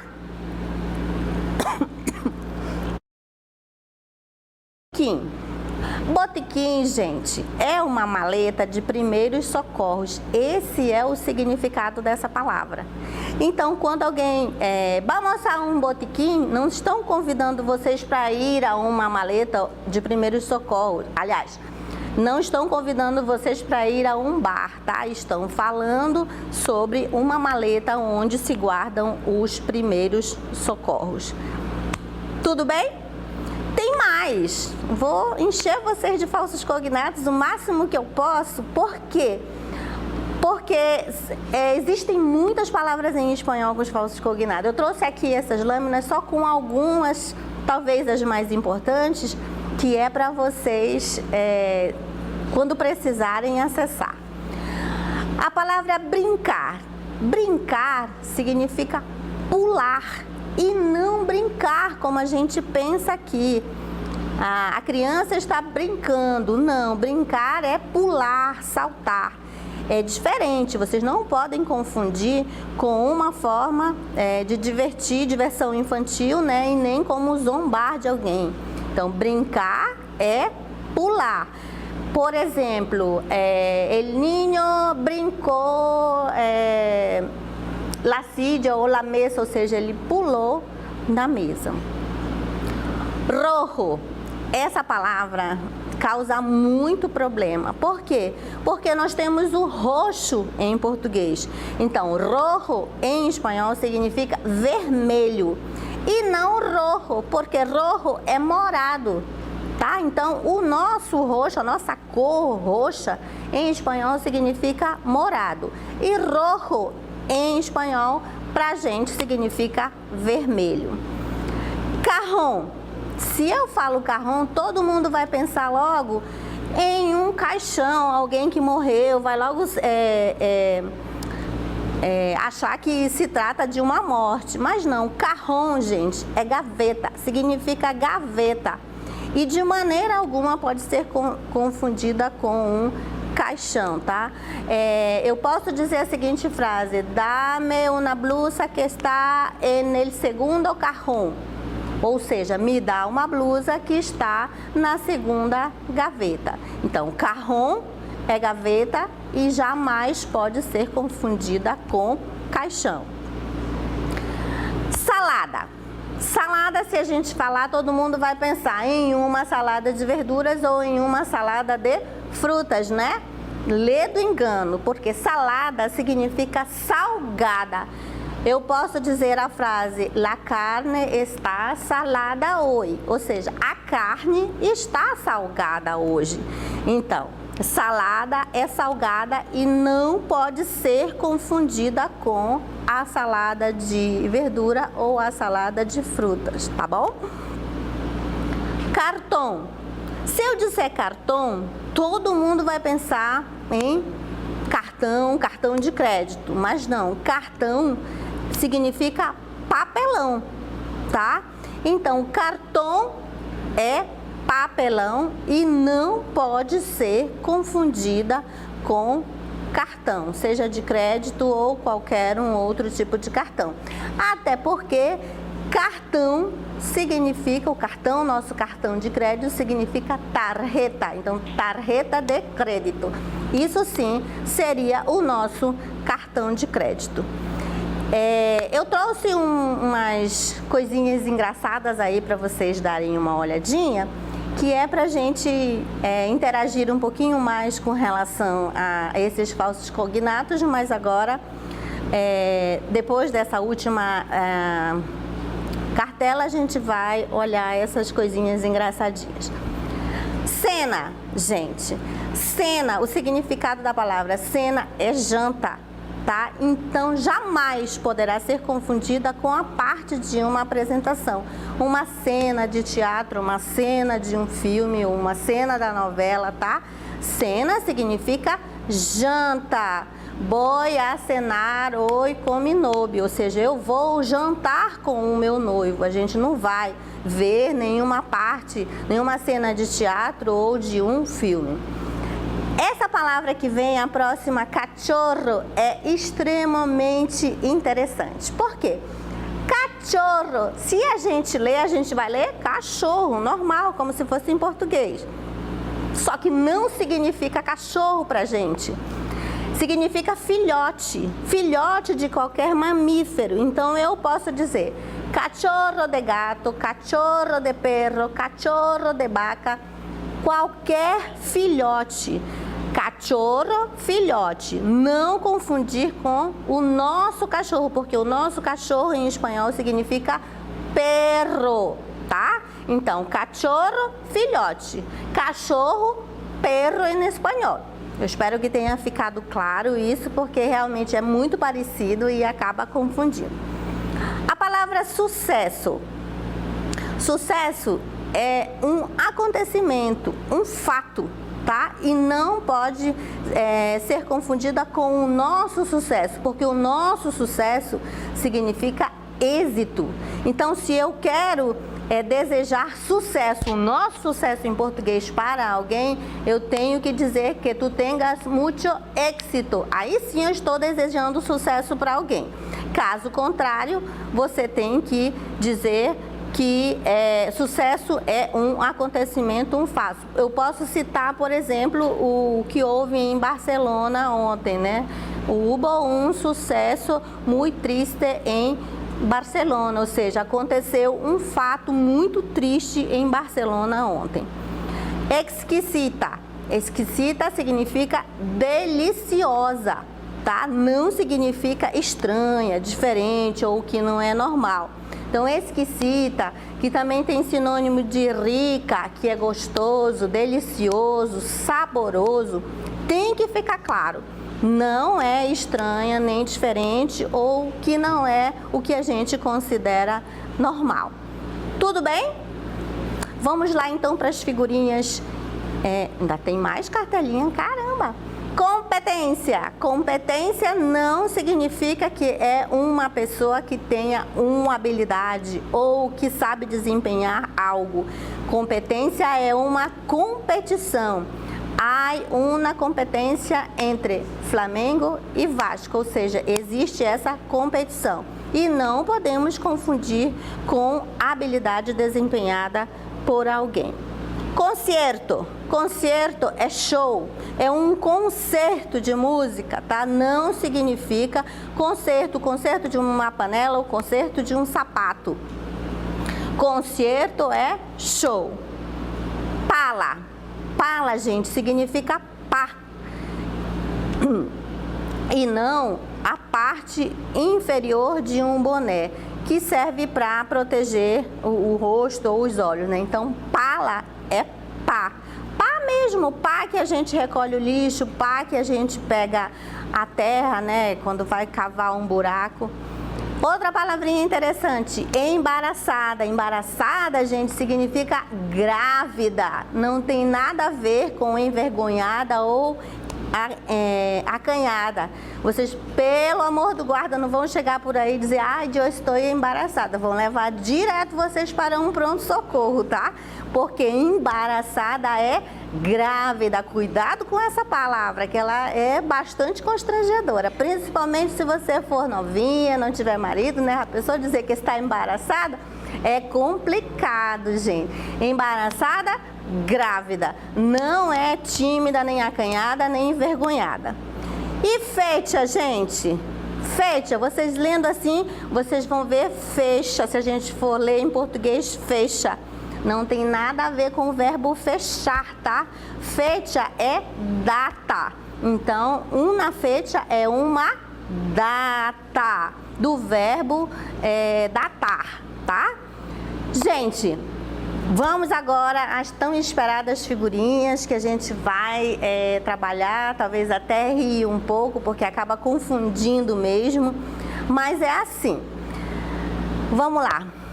Maestro. Maestro é professor. Rato. Se eu te digo, ui, espera um rato, tu vai sair correndo, né? Principalmente quem tem pavor de rato. Mas rato é momento, segundo. E baço. Baço, como a gente está na escrita, não é vaso, é baço e significa copo.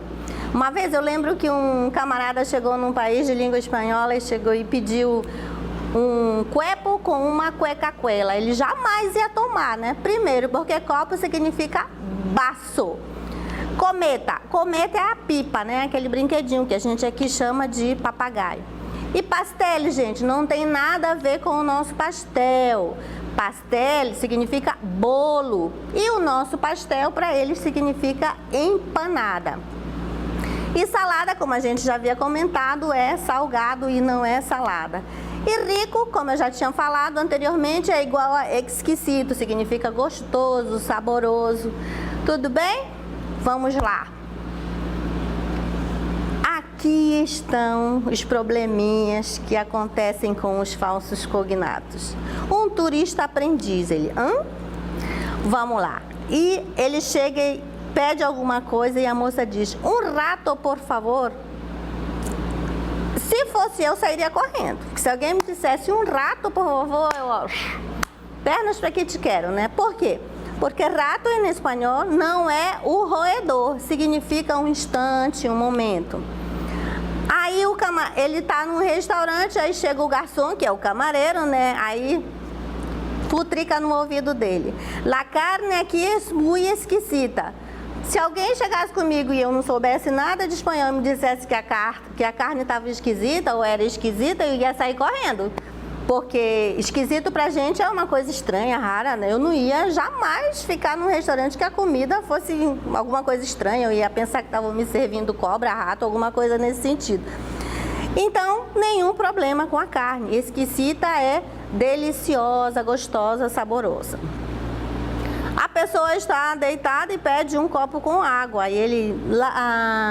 Acá está su vaso de água. Olha onde é que ele traz a água da criatura. Num vaso de colocar as plantinhas. Vejam só como são os absurdos da língua, né? Então, ela não está com tanta sede assim. Baço quer dizer copo. Ela não vai precisar tomar a água num vaso de flores que é, de certa forma, muito maior do que um copo, né?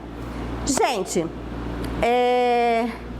a gente sempre tem essa preocupação de, poxa, língua estrangeira, qual é a língua que eu vou optar?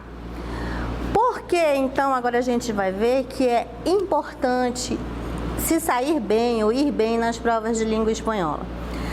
A língua estrangeira pode ter um impacto de mais de 4% na nota final do aluno, mais de 4%, o que faz com que essas questões tenham ainda mais importância para os cursos nos quais a nota de linguagens e códigos tem peso maior, como é o caso de Direito, Educação Física e Pedagogia. Gente, são 4% que, nossa, vão fazer muita diferença. Vamos ver lá. É essencial que os alunos entendam essa necessidade, pois para alguns cursos é imprescindível se sair bem nas provas de idiomas. Aos olhos do aluno pode parecer pouco, mas essas 5 questões de língua estrangeira na prova do Enem pode ser justamente o que separa de um concorrente na lista de aprovados. Já pensou? Se você tem a possibilidade de conquistar 4 pontos na língua espanhola, ou 5 das questões, por que você vai deixar a língua espanhola de lado ou a língua estrangeira? Já que essa é a diferença entre você passar ou ficar para trás. Porque se um candidato se dedica um pouquinho mais na língua estrangeira, no nosso caso a língua espanhola, você vai ficar e ele vai passar. Então é extremamente importante que vocês se dediquem um pouquinho mais na opção de língua espanhola. Tudo bem? Vamos lá?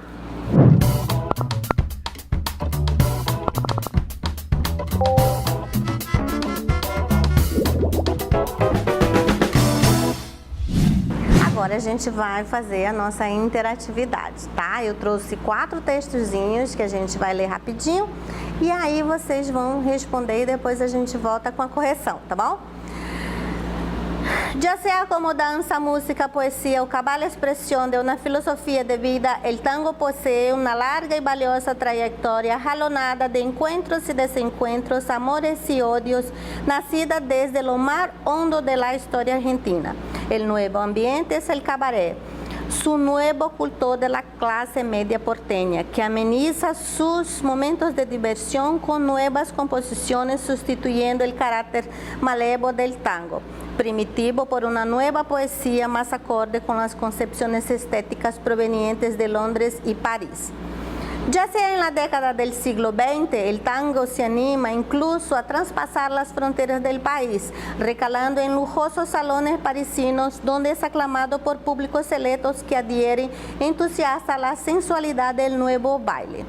Ya no es privativo de los bajos fondos porteños, ahora se escucha y se baila en salones elegantes, clubes y casas particulares. El tango revive con juveniles fuerzas en agironadas versiones de grupos rockeros, presentaciones en elegantes reductos de San Telmo, barracas y La Boca y películas foráneas que lo divulgan por el mundo inteiro. Sabendo-se que a produção cultural de um país pode influenciar, retratar ou inclusive ser reflexo de acontecimentos de sua história, o tango, dentro de contextos históricos argentinos, é conhecido por a.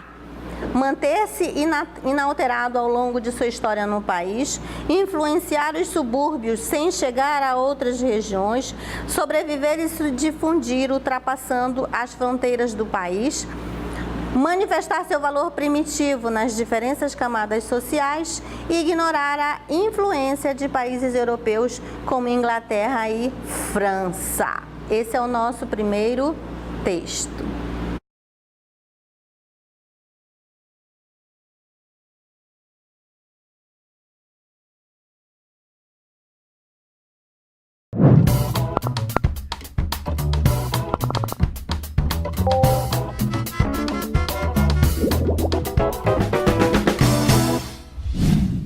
Vamos lá, então a gente já está retornando e agora nós estamos com a comunidade de Borba. Bom dia, meus queridos. Vamos lá, qual é a dúvida de vocês?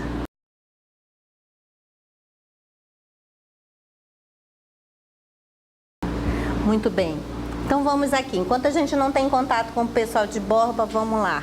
Qual é a sua dúvida ou qual é a sua pergunta com relação à língua espanhola?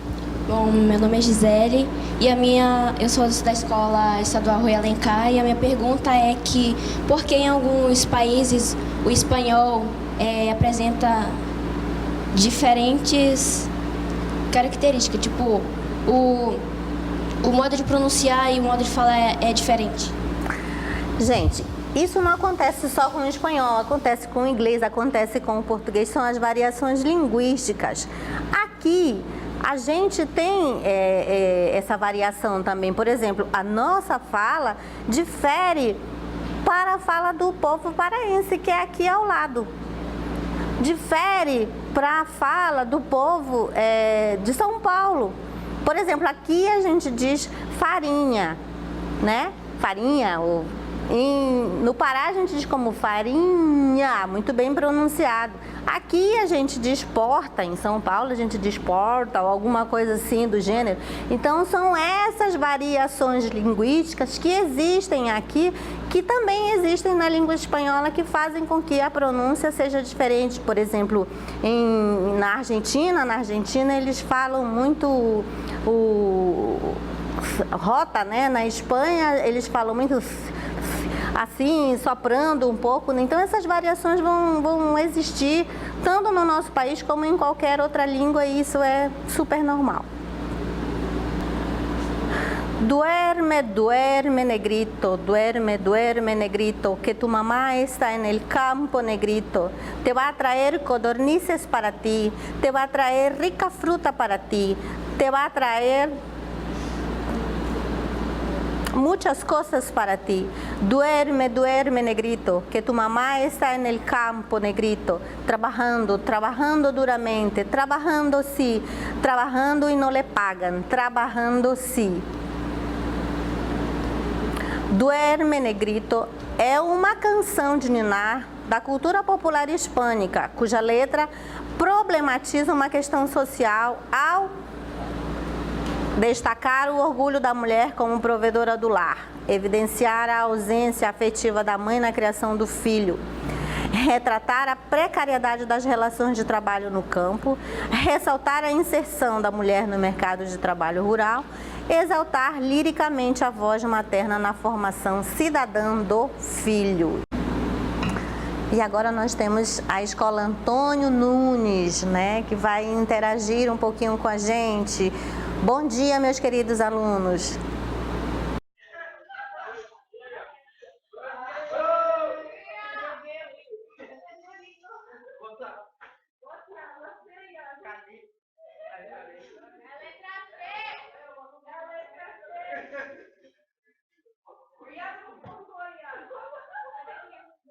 Muito bem, obrigada pela participação aí das comunidades, tá, do interior do estado, das escolas aqui da capital, dos alunos aqui presentes, né, que aliás a gente agora tem a pergunta, a dúvida de uma aluna aqui, pois não?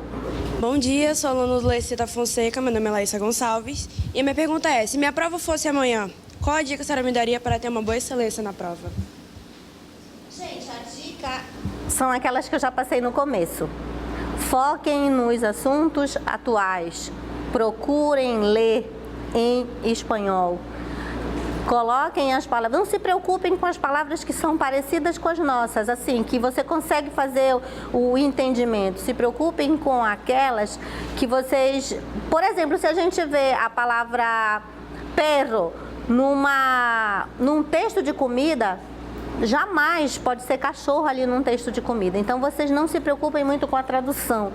Se preocupem com o entendimento do texto, com a mensagem que o texto está passando, com a ideia que o texto tem. E, por favor, não queiram fazer tradução na hora. Entendam, deem sentido ao texto que vocês estão lendo. E não esqueça que a pergunta e a resposta vai estar lá. Uma das 5 opções vai ser. Então, elimina as que vocês acham que é impossível, que normalmente só sobram 2 para você optar por uma ou por outra. A dica que eu dou é essa, muita leitura na língua. Enquanto você tiver tempo, faça a tradução das palavrinhas, bota no rodapé, bota ao lado e o resto é com vocês. Vamos então para a terceira questão. Cabra sola. Hay quien dice que soy como la cabra. Lo dicen, lo repiten, ya lo creo. Pero no soy una cabra muy extraña, que lleva una medalla y 7 cuernos. Cabra, en vez de mala leche, yo doy llanto. Cabra, pero lo más peligroso me paseo. Cabra, me llevo bien con alimañas todas. Cabra, y escribo en los tebeos. Vivo sola, cabra sola, que no quise cabrita en compañía. Cuando subo a lo alto de este valle, siempre encuentro un lirio de alegría. Y vivo por mi cuenta, cabra sola, que yo a ningún rebaño pertenezco. Si sufrir es estar como una cabra, entonces sí lo estoy, no dudar de ello. No poema, o eu lírico se compara à cabra e no 5º verso utiliza a expressão mala leche para se autorrepresentar como uma pessoa. A. Influenciável pela opinião das demais. B. Consciente de sua diferença perante as outras. Conformada por não pertencer a nenhum grupo. Corajosa diante de situações arriscadas e capaz de transformar mau humor em pranto.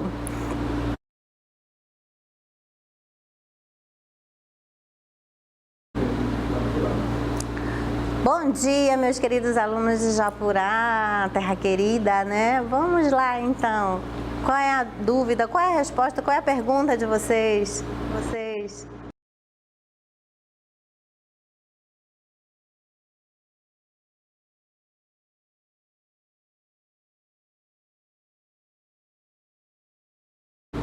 Obrigada, meus queridos alunos de Japurá. Muito bem, agora nós vamos para a 4ª e última questão.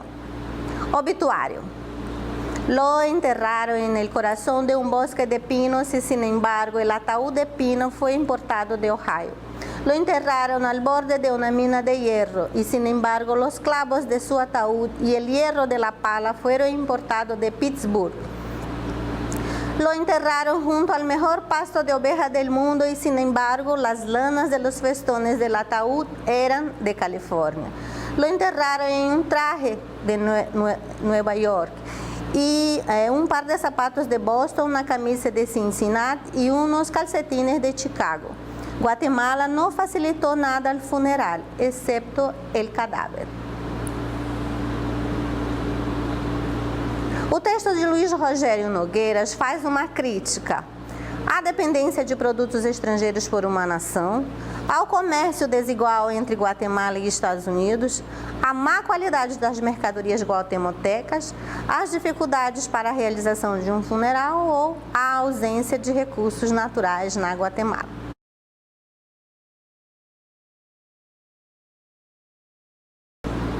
Bom dia, comunidade de São Paulo de Olivença, terra da minha família, vamos lá.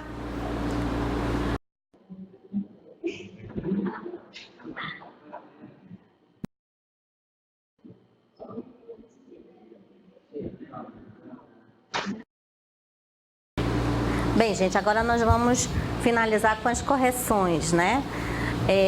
Vamos lá, questão 1. Na questão 1, a resposta correta é a letra C. Muito bem. Quem acertou, parabéns. Viram que não é necessário traduzir palavras e entender o texto, o sentido do texto. Na questão 2, a resposta também é a letra C. Questão 3. A resposta correta é a letra E. Questão 4. A resposta correta é a letra A. Muito bem. Parabéns aos que acertaram, os que não conseguiram, erraram aqui e ali. Não desanimem, é assim mesmo. Façam mais leituras em espanhol, se atualizem, usem as redes sociais como ferramenta e vamos para a guerra. Gente, é um prazer imenso para mim, foi um prazer imenso estar aqui com vocês, sabe, poder ajudar um pouco, principalmente as comunidades mais longe do nosso estado, né? O pessoal da capital também participando, nossa, de forma muito poderosa. Agradecer aos alunos aqui presentes, né? Muito obrigada, plateia bacana, né? Bem participativa. Me sinto muito honrada, espero ter ajudado, né, no que for possível, né, desse momento. E o professor Ademir agora vai para as finalizações. Ajudou muito, professora. A sua ajuda foi de grande valia em se tratando de comunicação, porque para o professor não existe dinheiro que não seja trabalhar com a educação. A partir do momento que você vê nesses lugares mais longínquos do nosso estado, o aluno ali assistindo, o aluno sedento de conhecimento, isso é o que paga o professor. E é isso que nos motiva a cada vez mais ter aulas melhores, aulas mais dinâmicas. E nós gostaríamos de agradecer também a presença aqui. Eu passo a palavra para a professora Clene, que vai proferir algumas palavras. Agradecer o professor. Eu gostaria de agradecer ao nosso coordenador distrital, professor Evaldo Bezerra, que desde o primeiro momento, quando eu falei para ele sobre o convite, ele já disponibilizou toda a estrutura da coordenadoria para que nós pudéssemos estar aqui hoje dando esse show, né? Que os meninos estão dando show e fruto de uma atividade que aconteceu, que é o Dia S do SAEB. Saiu essa paródia que foi muito bacana. Na hora liguei para o professor Adelmir e ele topou de trazer para cá. Nossas escolas são celeiros, não só da SET, mas todas as nossas escolas são celeiros de talentos. Temos coisas maravilhosas que são produzidas diariamente. Agradecer principalmente aos nossos alunos, que são o motivo maior da nossa existência, que se dispuseram a estar aqui, a todos os nossos gestores, não somente os que estão aqui, mas os gestores que estão lá nos pontos e os outros gestores que colocam os seus meninos para irem nos pontos. Muito obrigada, obrigada à equipe do Aulão do Enem, que foi maravilhosa. Gente, a gente não tem noção da logística e do trabalho que dá fazer isso aqui, né? E agradecer à Secretaria de Educação por oportunizar que todos os nossos alunos tenham mais condições de competir nesse mundo que está tão competitivo. Muito obrigada. E para finalizar, nós temos agora a nossa plateia que irá abrilhantar esse encerramento de mais um aulão do Amazonas no Enem Sem Fronteira, edição 2017. Um abraço do governo do estado, um abraço do nosso secretário, um abraço do nosso diretor do departamentos e programas e do nosso gerente do ensino médio. E com vocês, a nossa plateia.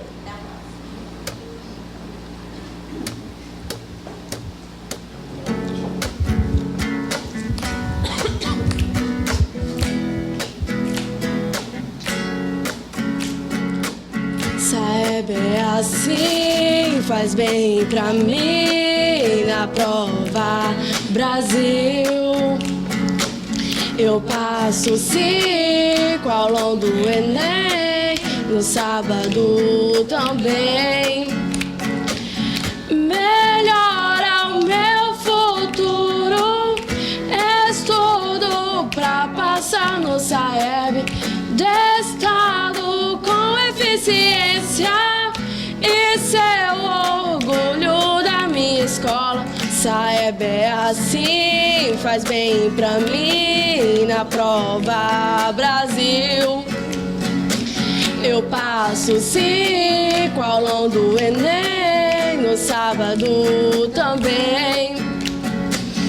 Melhora o meu futuro, estudo pra passar no Saeb do estado com eficiência e ser o orgulho da minha escola. Saeb é assim, faz bem pra mim na prova Brasil. Eu passo 5 ao longo do Enem, no sábado também. Melhora o meu futuro, estudo pra passar no Saeb de estado com eficiência e ser o orgulho da minha escola. Saeb é assim, faz bem pra mim. Saeb é assim. Saeb